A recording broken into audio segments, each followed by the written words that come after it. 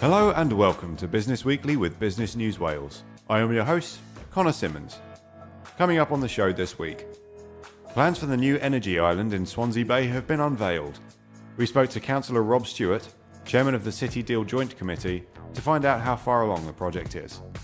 Iwan Thomas of Planed explains why it's important that we try and keep Welsh students in Wales. And the Social Business Awards have launched. We spoke to Glenn Bowen of the Co-op to find out how these awards recognise the excellent work within the sector. All of that and more coming up. But first, new plans for major renewable energy development in Swansea Bay are financially viable, according to an independent report. As well as creating thousands of jobs, the energy island would include a floating modular homes development, underwater data centre, solar farm, and the production of pure hydrogen and pure oxygen on site for storage or sale. It would also be shaped like a dragon. To find out more, we spoke to Councillor Rob Stewart of Swansea Council.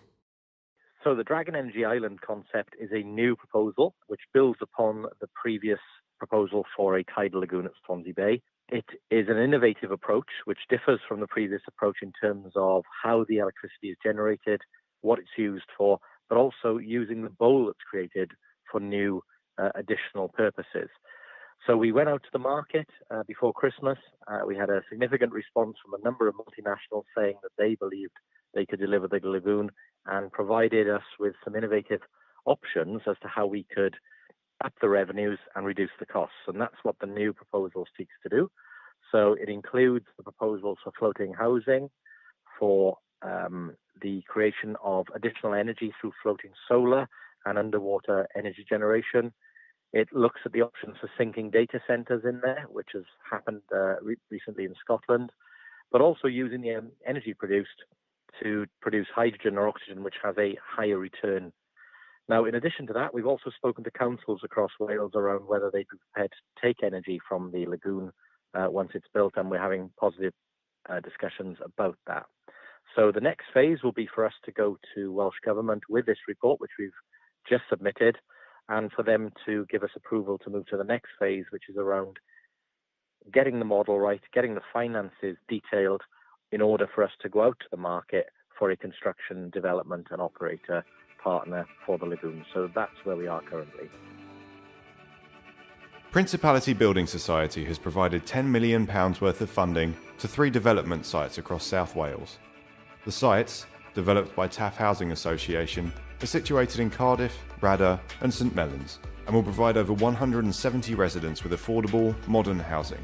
To find out more, we spoke to Jan Quarrington at Principality. Principality Commercial has supported lots of affordable and social housing schemes right across Wales. We've recently lent 10 million of funding to Taff Housing Association to help them to develop 3 new development schemes. One of the schemes is on the former site of F.A. Jones Decorators in Penarth Road, Cardiff, which is nearly complete. Another development scheme they've got is for 33 flats at the Droke in Old St Mellons, which is due to complete next year. And overall, we including a site in Bradder, we will have helped Taff to build more than 70 new homes. And the Principality has also played a big part in funding the Millet Canton, which is a major regeneration project for Cardiff, which, when it's all complete, will see around 800 new homes. Half of those will be for affordable rent. Should more be done to ensure Welsh students study in Wales? Perhaps so, according to a panel at the Cardiff University IWA debate. Iwan Thomas, CEO of Planed, believes that the rate at which students leave the country is leading to a brain drain, and he is planning to do something about it. I spoke to Iwan to find out what that is. The Institute of Welsh Affairs organised a debate recently in Cardiff looking at the issue of what they call the brain drain of students leaving Wales, and was there more that we could do to ensure that Welsh students actually did stay and study in Wales. Personally, obviously, I think it's not a straight kind of black and white answer. I think it depends on what sectors you're looking at, because for some areas of expertise, I think it is useful for young people to leave a county such as Pembrokeshire, in which obviously Planed is working currently, that they do go elsewhere and gain new skills with the intention of bringing them back at a later date and bringing that wealth of additional experience from both life, work and so forth back into a county like Pembrokeshire. However, for some of our economic sectors and businesses within a county such as Pembrokeshire, and those businesses which Planed work with on a continual basis, there is a obvious kind of positive outcome for retaining young people to study within Wales and perhaps even closer to home. Obviously, we have Pembrokeshire College on our doorstep. We have University of Wales, Trinity St David in Carmarthen, and looking at those opportunities so people who perhaps can't afford to go away to university can stay within county, but also then be kind of working closely with employers and businesses within the county whilst still to continue with their studies as well. The 2019 Social Business Awards Wales have been officially launched and are open for applications, recognising excellence among the social business sector in Wales.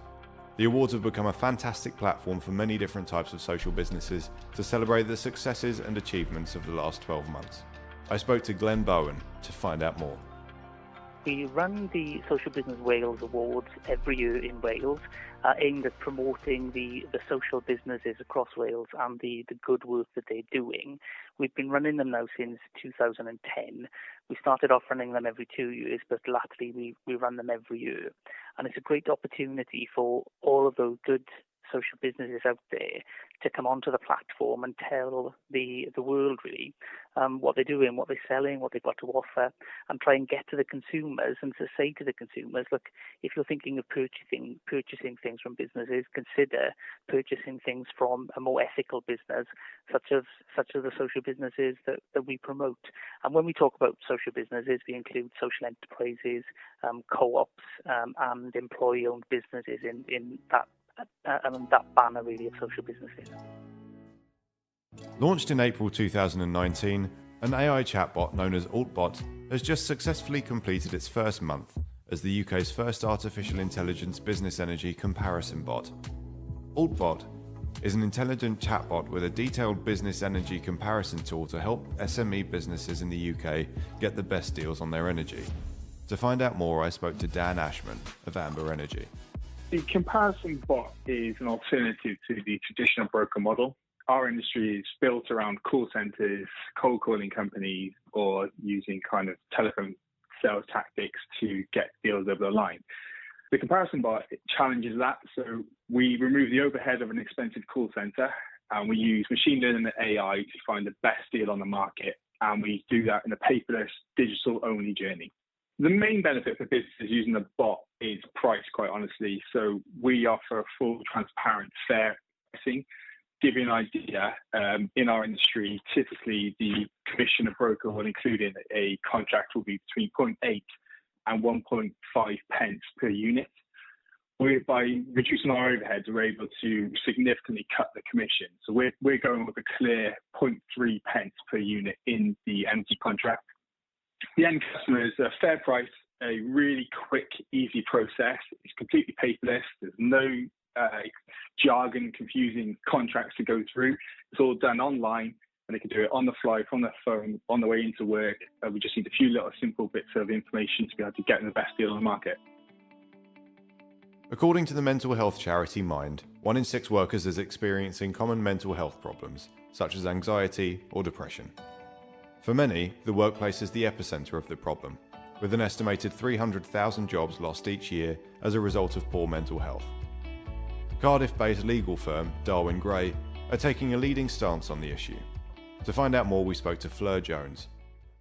So So we've decided to hold this conference in reflection of how mental health issues in the workplace are becoming ever more prevalent. Obviously, as employment lawyers, we deal with many issues arising in that context for employers and for employees. In fact, it's probably a big growth area of work due to the very many problems that very many people experience. So we thought it was sensible to try and bring together some experts and practitioners in this field to give us a flavour of the services they provide and also a flavour of their expertise, so that both employers and employees hopefully will find it an useful experience and will have good nuggets to take away with them, particularly because we've got some practical sessions involved in the conference as well, and also we have people speaking who have experienced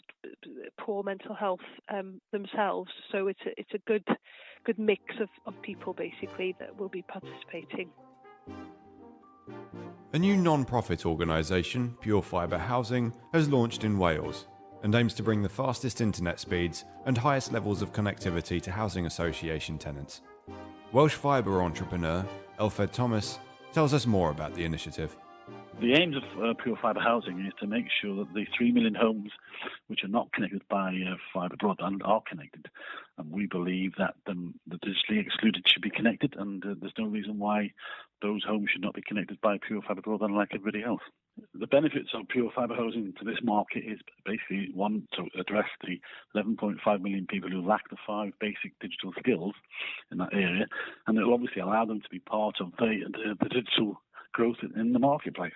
The scheme came about by me looking at the market and realising that the 3 million homes that are in stock at the moment don't have this connectivity. The 45,000 homes which are built in the social market are not being connected by Pure Fibre. And for me, at the end of the day, why shouldn't they be connected to fibre like everybody else? And I think it's a market that's been excluded because the big boys are chasing the big numbers in the cities. I think the outcomes and the benefits to the people will be significant because it'll allow them to interface into the marketplace, to have better skills, to get better jobs, and also to work from home for companies which require online connectivity. And that's all we have time for this week. For any more business news from Wales, you can always find us on businessnewswales.com.